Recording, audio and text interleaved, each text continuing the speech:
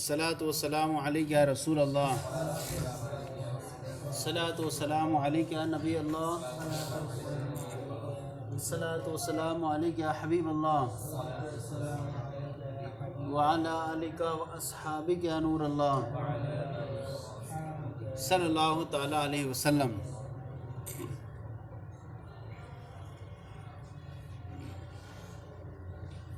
عذر کب کب معتبر ہو سکتے تھے وہ بیان چل رہا تھا۔ ابھی اسی میں ہے کہ کسی شخص نے اپنے غلام کو اجرت پر دیا کسی شخص کو، اور پھر اجرت کے دیے ہوئے زمانے کے اندر پھر کسی دوسرے سے اس نے بیچ دیا غلام کو۔ اس سے پہلے کیا کر دیا، اجرت پر دیا مثال کے طور پر سال بھر کے نہیں کسی کو، اور اسی دوران اجارہ میں کسی کو بیچ دیا، تو کہہ رہے ہیں کہ اس کا بیچنا یہ عذر نہیں ہوگا۔ یہاں پر یہ بیچنا عذر نہیں ہوگا، کیونکہ یہاں عقد کو تقاضوں کو برقرار رکھنے میں ضرر لازم نہیں آ رہا ہے، ضرر لازم نہیں آ رہا ہے، کیونکہ صرف اس کا جو ہے نفع فوت ہو رہا ہے نا، یہاں پر غلام سے فائدہ اٹھانا فوت ہو رہا ہے، اور فائدہ اٹھانا یہ ایک امر زائد ہے جو کیا ہے وہ اس کے اندر داخل نہیں ہے، عقد میں داخل نہیں ہے، تو ایک زائد ہے۔ لیکن یہ ہے، اب تھوڑا سا یہ مسئلہ آئے گا کہ جس کو اس نے بیچا ہے نا، وہ اس پر جو ہے جب تک کہ اس سامنے والے کی مدت اجارہ ختم نہیں ہوگی اس کی بے موقوف رہے گی، جب تک کہ اس کی مدت اجارہ ختم نہیں ہوگی اس کی بے موقوف رہے گی۔ تو یہ ہے، تو یہ ایسا ہے، ومن آجر عبدہ ثم باعہ، جس نے اپنے غلام کو بیچ دی، اجرت پر دیا، ثم باعہ پھر اس کو بیچ دیا، فلیس بعذر، تو یہ بیچنا عذر نہیں ہے، لأنہ لا يلزمہ الضرر بالمضی علی موجب العقد، اس لیے کہ موجر کو عقد کے تقاضوں کو برقرار رکھنے میں ضرر لازم نہیں آئے گا، وإنما يفوته الاسترباح، بلکہ اس کا صرف فائدہ فوت ہوگا، وإنہ امر زائد، اور یہ صرف ایک امر زائد ہے جس کی کوئی کی وجہ سے عذر معتبر نہیں ہوگا۔ اب وہ بیچ میں بھی اس کو بے نہیں کر سکتا، دوسرے والے کے مدت اجارہ چل رہی ہے تو اس کی جو ہے موقوف کر دیں گے، جب اس کا پورا ہو جائے گا تو نافذ ہو جائے گی۔ کسی شخص نے جو ہے درزی نے ایک لڑکے کو اجرت پر رکھا اور کہا کہ کپڑے سلنا ہے، اب پھر اس کے بعد وہ مفلس ہو گیا، یعنی درزی نے سلا رکھ لیا اور سارا مال اس کا ختم ہو گیا، درزی چلا گیا اور پورا، اب اس نے کیا کر دیا، عمل ہی ترک کر دیا، پورا درزی کا پورا کام ہی ختم ہو گیا، اب کوئی کام کرنے کے لیے ہے ہی نہیں، اب بچے کو رکھے ہوا ہے تو بچے کو رکھے گا تو اسے دینا پڑے گی اجرت، تو کہہ رہے ہیں کہ یہاں پر عمل کو ترک کر دیا تو یہ ابھی اس کا عذر ہے، اس کا عذر معتبر ہے یہاں پر، اب کیا کرے گا، وہ اجارے کو فسخ کر دے گا یہاں، اس لیے کہ اگر یہاں پر عقد کے تقاضوں کو برقرار رکھا جائے تو پھر اسے ضرر لازم آئے گا، کیونکہ مقصود تو اس کا فوت ہو گیا، راس المال چلا گیا، تو اب کیا اسے اس کو اجرت رکھ کے کیا سلوائے گا۔ لیکن یہاں مسئلے کی تعویل دو طرح سے کی گئی ہے، درزی دو طرح کا درزی ہے، ایک درزی وہ ہے کہ جو خود ہی کپڑے خریدتا بازار سے اور ان کو سلتا ہے، پھر بازار میں اس کو بیچ دیتا ریڈی میڈ مال پر، ایسا درزی تھا، وہ کر رہا تھا اور اس نے رکھا تھا کسی کو، وہی سارا اس کا مال چلا گیا، تب تو اس کا عذر معتبر ہوگا۔ اور ایک درزی ایسا ہے صرف اس کے بعد مشین ہے، ایک کینچی ہے اور کیا ہے، دھاگا ہے، بیٹھ گیا ہے اور کپڑے آ رہے ہیں سل دیتا ہے، کپڑے آتے ہیں سل دیتا ہے، تو اب ایسی صورت میں اس کا عذر معتبر نہیں ہوگا، کیونکہ یہاں پر افلاس یا معتبر نہیں ہوگا، بلکہ اس کا عمل کو ترک کر دینا اب یہ عذر شمار نہیں ہوگا۔ تو یہاں پر اس کے بعد ہے ہی نہیں بھائی، تو لوگ آتے ہیں سل دیتا ہے، آگے سل جاتے ہیں، ابھی یہ کیا پورا خود ہی کر رہا تھا، جیسے کہ مشین رکھ لیتے ہیں دکانوں پہ اور خود ہی سل کے جیکٹیں سردیوں بیچتے ہیں۔ وَإِذَا اسْتَأْجَرَ الْخَيَّاطُ غُلَامًا فَأَفْلَسَ وَتَرَكَ الْعَمَلَ فَهُوَ عُذْرٌ، اور اگر درزی نے جو ہے اجرت پر بچے کو لیا اور وہ مفلس ہو گیا اور عمل کو چھوڑ دیا تو یہ عذر ہے، لأنه يلزمه الضرر بالمضي على موجب العقد، کیونکہ عقد کے تقاضوں کو برقرار رکھنے میں ضرر لازم آ رہا ہے، لفوات مقصود ہی، کیونکہ مقصود کو فوت ہونے کی وجہ سے وہ راس مالی، اور اس کا راس المال فوت ہو گیا، و تعویل المسئلہ، اور مسئلے کی تعویل یہ ہے کہ خیاط، درزی ایسا ہے یعمل لنفسی، جو اپنے لیے کام کرتا ہے، تب تو یہ عذر کیا ہوگا اس کا معتبر ہے، یعنی وہ کیا کرتا ہے، سلتا ہے کپڑوں کو، کپڑے خریدتا ہے، سلتا ہے اور ان کو بازار میں بیچتا ہے۔ اما الذی یخیط باجر، رہا وہ درزی جو اجرت پر سلتا ہے اور اس کا کوئی رأس المال نہیں ہے اس کے علاوہ، فراس مالی، تو اس کا صرف راس المال کیا ہے، دھاگا ہے اور مشین ہے اور قینچی ہے۔ فلا یتحقق الافلاس فی، تو اس والے درزی میں کیا ہوگا، افلاس متحقق نہیں ہوگا اور یہ عذر بھی نہیں شمار ہوگا۔ اچھا، اب جس نے درزی نے بچے کو اجرت پر لیا تھا، اس نے کیا کیا، اس نے جو ہے اپنے سلائی کے کام کو چھوڑ دیا اور دوسرے کام میں مشغول ہونا چاہا، مثلا وہ کیا، سنار کا کام کرنا چاہتا ہے،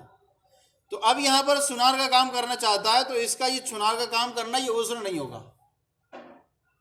عذر شمار نہیں ہوگا کہ بھائی اس نے درزی کا کام چھوڑ دیا، اب سنار کا کام کرنا چاہتا ہے تو دکان بھی پھر الگ کرنا ہوگی، تو کہتے ہیں یہاں عذر معتبر نہیں ہوگا، اجارے کو فسخ نہیں کر سکتے یہاں پر۔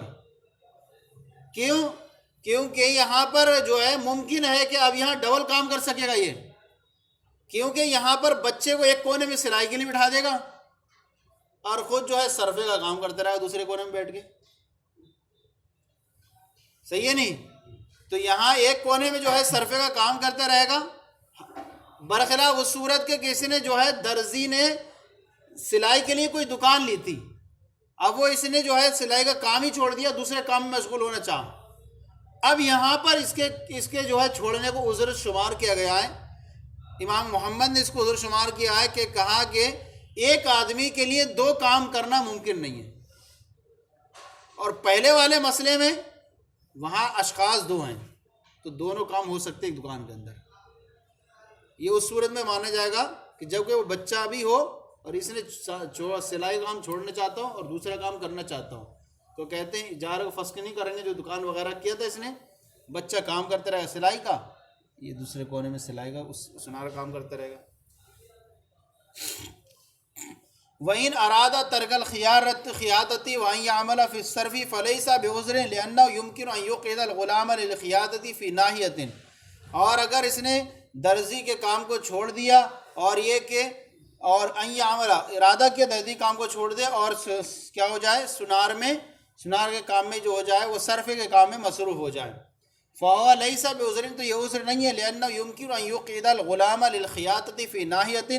اس لیے کہ ممکن ہے کہ بچے کو ایک کونے میں سلائی کے لیے بٹھا دے، وَهُوَ يَعْمَلُ فِي الصَّرْفِ فِي نَاحِيَةٍ، اور وہ جو ہے صرفے کا کام یعنی سنار کا کام ایک کونے میں کرتا رہے۔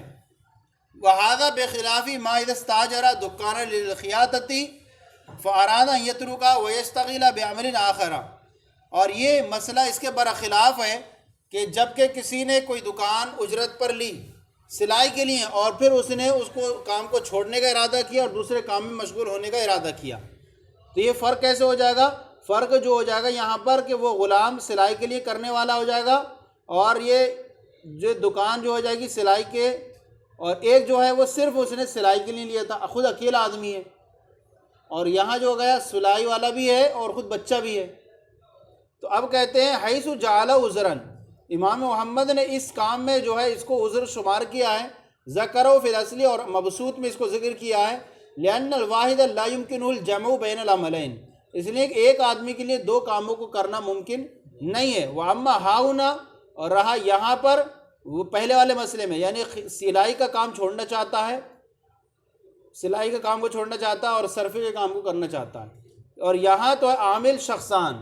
کام کرنے والے دو شخص ہیں، فَأَمْكَنَهُمَا، تو لہذا یہاں پر دونوں کام کرنا ممکن ہے، ایک جو ہوگا مستاجر ہے اور دوسرا جو ہے غلام، مستاجر کا جو غلام ہے۔ اب فرماتے ہیں کہ یہاں پر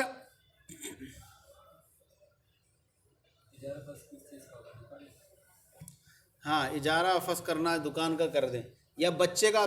کا تو فسخ نہیں کر رہے ہیں، یہاں پر دکان کا ہی مسئلہ سمجھ لیجئے، کیونکہ ہاں تو غلام کی آ رہی تھی تو وہاں دکان کا ہی کر دیں گے، بلکہ غلام کا کریں گے، وہاں پر غلام کو رکھ کر کوئی فائدہ نہیں ہے، غلام کا کیا ہوا، دکان اپنی تھی گویا کہ سمجھ لیجیے اس کی، غلام کا کیا تھا، غلام کو رکھیں گے بیکار میں اجرت دینا پڑے گی۔ جس نے کوئی بچے کو اجرت پر لیا غلام کو تاکہ وہ شہر کے اندر اس کی خدمت کرے شہر میں، اور پھر وہ جو ہے مستاجر سفر کر گیا۔ اب سفر کرنا یہ کیا ہے، عذر ہے اس کا، اس لیے کہ سفر میں جائے گا تو یہ ضرر زائد سے خالی نہیں ہوگا۔ سفر میں مشقتیں ہوتی ہیں، ضرر زائد سے خالی نہیں ہوگا، اس لیے کہ سفر کی جو خدمت ہوتی ہے وہ بھی مشقت والی ہوتی ہے، اور وہ سفر میں جانے سے کیا ہے، سفر سے رکنے میں ضرر ہے۔ سفر میں جانے سے وہ وجود المانع، اور کیا ہے، منع جو ہے سفر سے روکنے والے میں، سفر سے رکنے میں بھی ضرر ہے۔ مثلا یہ جانا چاہتا ہے سفر میں، اور غلام تو کہے گا نہیں میں سفر میں نہیں جاؤں گا، مجھے اجرت یہیں دو، اجرت دینا پڑے گی اس کو، اور اگر اسے خدمت کے لیے آتا ہے تو اسے ضرر لازم آئے گا، اس لیے یہ عذر معتبر ہے، اور یہاں پر کیا ہے، اجارے کو فسخ کر دیں گے۔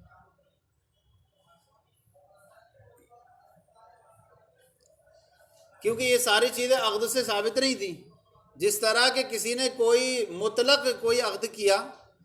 عقد اجارہ غلام کا کیا، تو وہاں پر کیا ہوتا ہے، حضر شامل ہوتا ہے، سفر شامل نہیں ہوتا ہے۔ بتایا تھا پیچھے کہ وہاں پر خدمت کون سی شامل ہوتی ہے، حضر کی ہوتی ہے، سفر کی شامل نہیں ہوتی جب تک کہ صراحت نہ کر دیں۔ اچھا، دوسری بات یہ کہ اگر کسی نے کوئی زمین جو ہے اجرت پر دی اور مہاجر پھر سفر کر گیا، یعنی مہاجر نے زمین دی کسی کو اور مہاجر پھر سفر کر گیا، تو مہاجر کا سفر کرنا یہ ضرر دہ نہیں ہے، عذر نہیں ہے، اس لیے کہ مستاجر تو اس سے فائدہ اٹھاتے ہی رہے گا نا یہ بیٹھ کر کے، تو مہاجر کا جو ہے سفر کر جانا یہ نقصان دہ نہیں ہے، ضرر نہیں ہے، اس لیے مستاجر یہ معقود علیہ سے اس کے غائب ہونے کے بعد بھی فائدہ اٹھاتا رہے گا۔ ہاں اگر مستاجر نے سفر شروع کر دیا، مستاجر سفر کرنے کا ارادہ کیا، تو یہ اب عذر ہوگا، کیونکہ گھر لیا تھا اس نے، اب یہ سفر کر دیا، تو اب کیا فائدہ اس کو لے کر کے، تو کہہ رہا ہے اس نے اگر یہاں پر رکے گا تو سفر سے رکاوٹیں پیدا ہوں گی،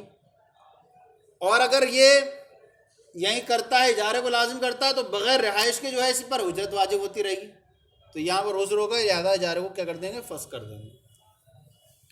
وَمَنِ اسْتَأْجَرَ غُلَامًا لِيَخْدِمَهُ فِي الْمِصْرِ، اور جس نے کوئی بچے کو اجرت پر لیا تاکہ وہ شہر میں اس کی خدمت کرے، ثُمَّ سَافَرَ، پھر مستاجر نے سفر کر لیا، فَهُوَ عُذْرٌ، تو یہ سفر کرنا عذر ہے اور اس سے اجارہ فسخ ہو جائے گا، لِأَنَّهُ لَا يَعْرَى عَنْ إِلْزَامِ ضَرَرٍ زَائِدٍ، اس لیے کہ یہ ایسا عذر ہے جو ضرر زائد سے خالی نہیں ہوا، ضرر زائد کو لازم ہونے سے خالی نہیں ہے، لِأَنَّ خدمت السفر یشق، اس لیے کہ سفر کی جو خدمت ہوتی ہے وہ زیادہ مشقت والی ہوتی ہے، وَفِي الْمَنْعِ مِنَ السَّفَرِ ضَرَرٌ، اور سفر سے رکنے میں کیا ہے، نقصان بھی ہے، وَكُلُّ ذَلِكَ لَمْ يَسْتَحِقَّ بِالْعَقْدِ، اور یہ ساری کی سب چیزیں کیا ہیں، عقد سے ثابت ہی نہیں ہے، عقد میں تو صرف سفر کی کیا تھی، حضر کی خدمت تھی، فَيَكُونُ عُذْرًا، تو لہذا یہ کیا ہوگا، عذر ہوگا۔ وَكَذَا إِذَا أَطْلَقَ لِمَا مَرَّ، اسی طرح جیسے کہ کوئی عقد اجارہ کو مطلق رکھا، عقد اجارہ کو مطلق رکھا، تو وہاں پر بھی جیسے کہ بیان کیا گیا کہ وہاں پر صرف کیا ہوگی، خدمت گھر کی ہوگی، شہر کی ہوگی، سفر کی خدمت شامل نہیں ہوگی، لما انہ یتقید بالحضر، کہ وہاں پر بھی جو ہوگی وہ حضر کے ساتھ مقید ہوگا، صحیح ہے نہیں، بخلاف ما اذا آجر العقارن، برخلاف وہ صورت کے جب کسی نے مہاجر نے اپنی کوئی زمین کو اجرت پر دیا، ثم سافر، اور پھر مہاجر جو ہے سفر پیش ہو گیا، سفر پہ چلا گیا، لأنہ لا ضرر، تو اب مہاجر کا سفر پہ جانا یہ عذر نہیں ہوگا، اذ المستاجر یمکن استیفاء المنفعۃ من الماخوذ علیہ بعد غیبتی، کیونکہ مستاجر کے لیے یہ مہاجر کے غائب ہونے کے بعد بھی ماخوذ علیہ سے منفعات کو حاصل کرنا کیا ہے، ممکن ہے، حتی لو اراد المستاجر السفر، یہاں تک کہ اگر مستاجر نے سفر کا ارادہ کیا، فهو عذر، تو مستاجر کا سفر کرنا یہ عذر ہوگا، لما فی من السفر، کیونکہ اس میں جو ہوگا سفر سے ایک تو رکنا لازم آئے گا، اور الزام الاجری بدون السکنا، یا جو ہے اجرت لازم ہوگی بغیر رہائش کے، وذالک ضرر، اور یہ مستاجر کے لیے کیا ہوگا، ضرر ہوگا، سفر سے یا تو سفر سے مانے ہوگا، کیونکہ اب یہ سفر سے مانے ہوگا، اگر اس کو عذر نہ مانے جائیں تو سفر سے مانا، اور سفر میں جانا چاہتا، ارے یار رکنا پڑے گا سفر سے، اب دے دیے لے لیا ہے تو سفر میں رکاوٹ پڑے گی، یا جو ہے اب اگر رک جاتا ہے تو چلا جاتا ہے تو بغیر رہائش کے جو ہے اسے پیسے دینا پڑیں گے، تو یہ عذر تو معتبر ہوگا مستاجر کا یہاں پر۔ چلیں آگے پڑھ لیں مسائل متفرقہ۔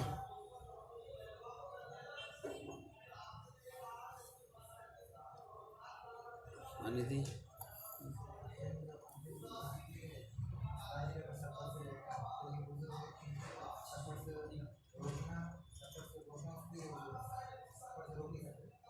سفر سے روکنا یہ ضرر ہے۔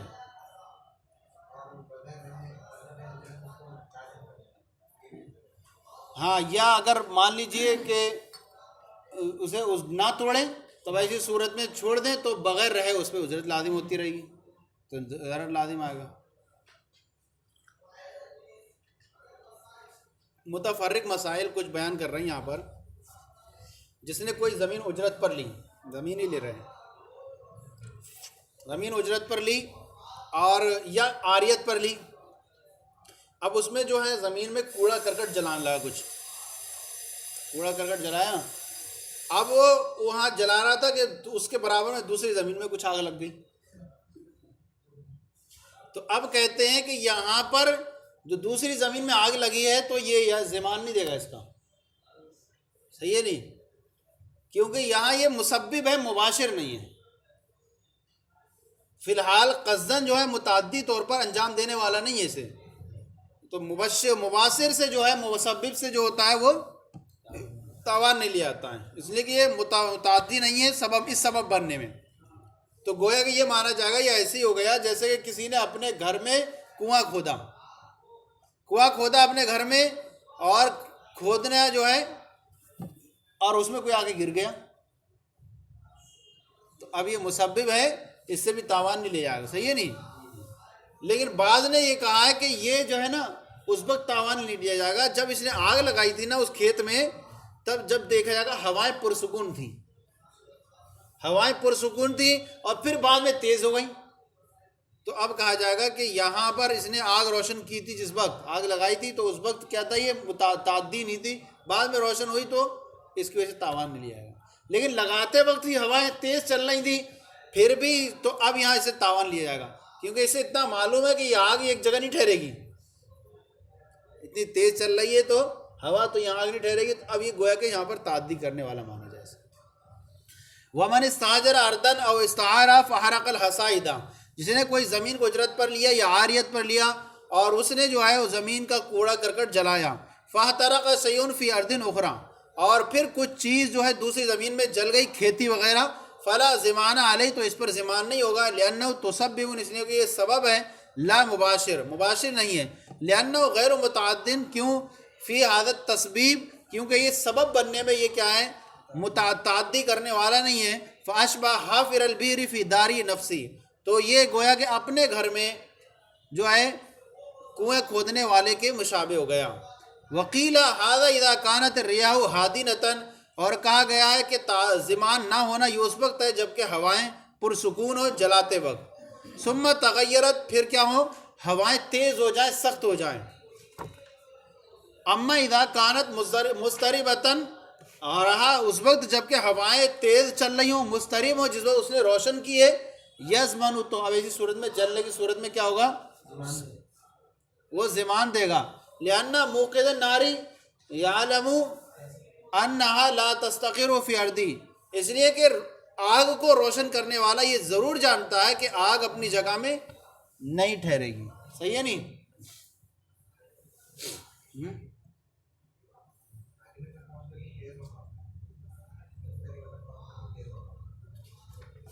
حاضرۃ مانے پرسکون ہونا، حاضرۃ پرسکون تھی، ثم تغیرت، پھر کیا ہو گئی، کبھی ہو گئی، تیز ہو گئی، اما اذا کان مضطربۃ، رہا جس وقت نے روشن کی تبھی تیز تھی، بے چین تھی، لپٹے اس کی، پھر وہ جل گئی تو ضمان دے گا۔ حضرت کیا لگاتار انٹی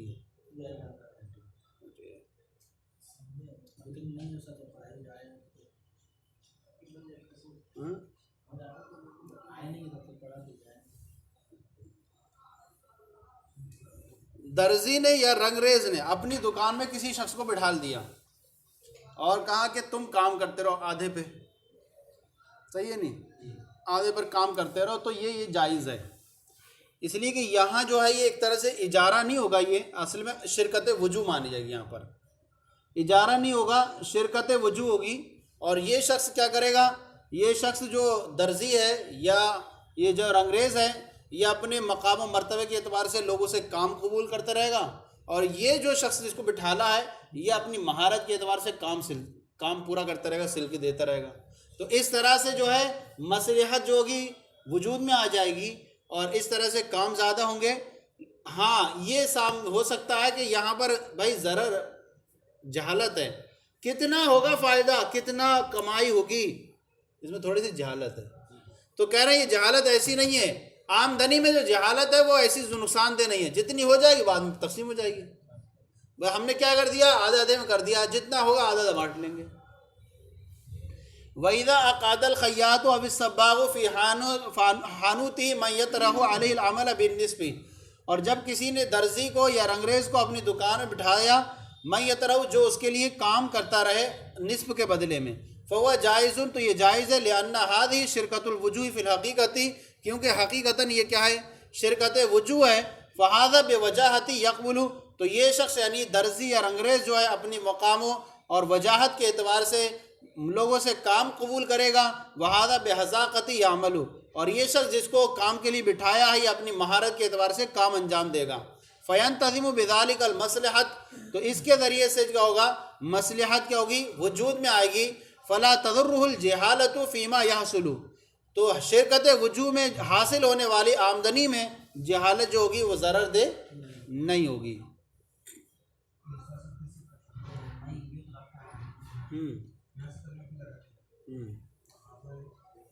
فَهَذَا بِوَجَاهَةِ يَقْبُلُ تو یہ یعنی درزی یا رنگریز اپنی وجاہت، اپنے مقام و مرتبے کے اعتبار سے کام قبول کرے گا لوگوں کے، اور یہ شخص جس کو کام کے لیے بٹھایا ہے یہ اپنی مہارت سے کام کرے گا۔ یترو مانے اصل پھینکنا ہوتا ہے، جس کے لیے جو اس کے لیے کام کو پھینکے طرح، لیکن کام کرنا۔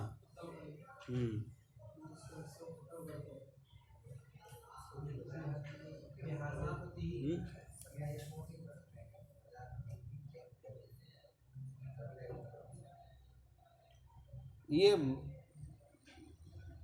وجہ سے، ہاں وجہ، اچھا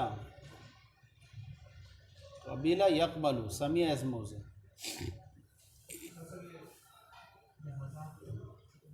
حذاقتی مہارت سے،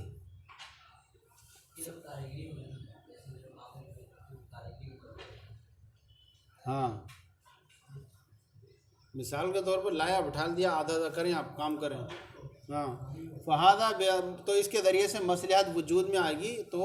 حاصل ہونے والی آمدنی میں جہالت نقصان دہ نہیں ہوگی۔ جس نے کوئی اونٹ کو اجرت پر لیا، اونٹ کو اجرت پر لیا اور یہ کہا کہ اس پر میں کجاوا لا دوں گا اور 2 شخصوں کو مکہ تک لے کے جاؤں گا ڈال کر کے، اور وہ کجاوا جو لاتے ہیں اس میں سامان رکھتے تھوڑا بہت، ہے یہ نہیں آگے کیا کہتے ہیں کہ مکہ تک لے کے جاؤں گا۔ اب اس کے لیے کیا ہے، یہ جائز ہے لے جائے، اور اس کو معتاد جو کجاوا ہے وہ لادنے کی اجازت ہوگی، معتاد کجاوا لادنے کی لازم اجازت ہوگی۔ حالانکہ قیاس یہ چاہتا تھا کہ یہ جائز نہیں ہونا چاہیے، اس لیے، اور امام شافعی کا بھی یہی قول ہے کہ یہ جائز نہیں ہے، کیونکہ جہالت ہے اس میں، کیونکہ کجاوا لمبا چوڑا کتنا ہوتا ہے، بھاری بھرکم کتنا ہو، تو اب ایسی صورت میں جب تک کہ اس کی صراحت نہ کر دی جائے، پورے طور پر یہ بتا نہ دیا کتنا بڑا ہے، تب تک اس کے لیے جائز نہیں ہوگا۔ لیکن استحساناً اس کو جائز قرار دیا گیا کہ اصل مقصود کیا ہے، راکب ہے، سوار ہونا ہے، اور یہ معلوم ہے، اور محمل جو ہے یہ تابع اس کے،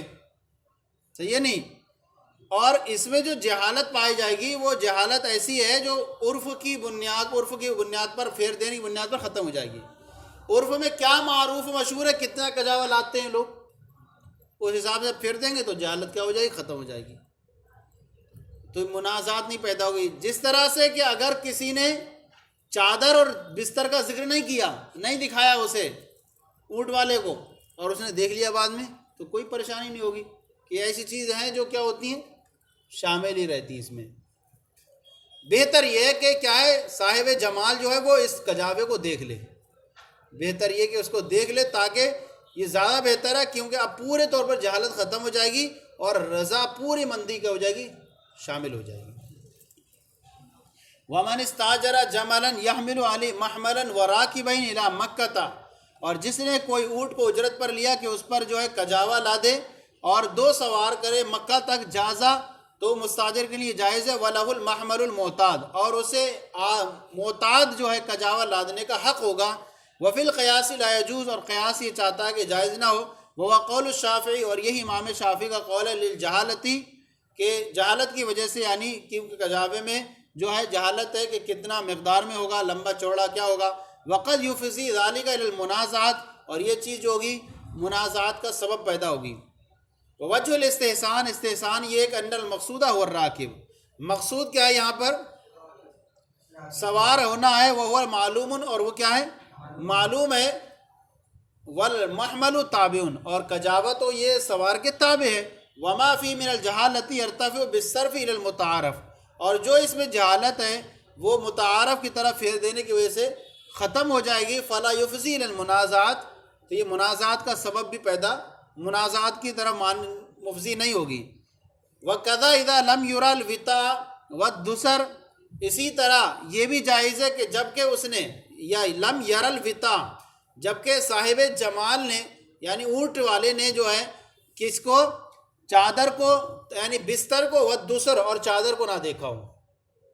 بستر اور چادر کو نہ دیکھا ہو تب بھی اگر رکھ لیا اس نے، تب بھی اس میں جو ہے ایسی مفضی منازعات نہیں ہے یہ چیزیں، کیونکہ ایک آدمی کا تکیہ اور بستر کتنا زیادہ بھاری ہوگا. وَإِنْ شَاهَدَ،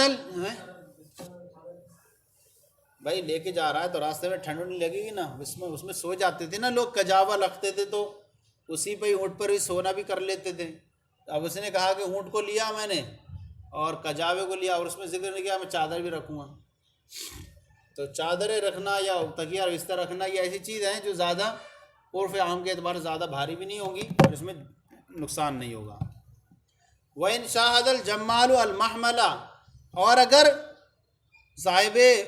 جمل نے جو ہے اس کو دیکھ لیا کجاوے کو، تو فَهُوَ أَجْوَدُ، تو یہ زیادہ بہتر ہے. لِأَنَّهُ أَنْفَىٰ لِلْجَهَالَةِ، کیونکہ جہالت کو روکنے والا ہے. وَأَقْرَبُ إِلَى التَّحْقِيقِ الرَّضَا، اور جو ہے رضامندی زیادہ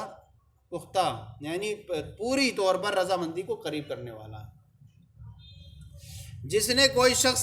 کوئی اونٹ اجرت پر لیا تاکہ اس پر ایک مقدار میں توشہ لا دے گا، توشہ کو رکھے گا، اور اس میں سے تھوڑا تھوڑا اس نے کھا لیا راستے میں، یعنی مطلب 10 کلو لا دے گا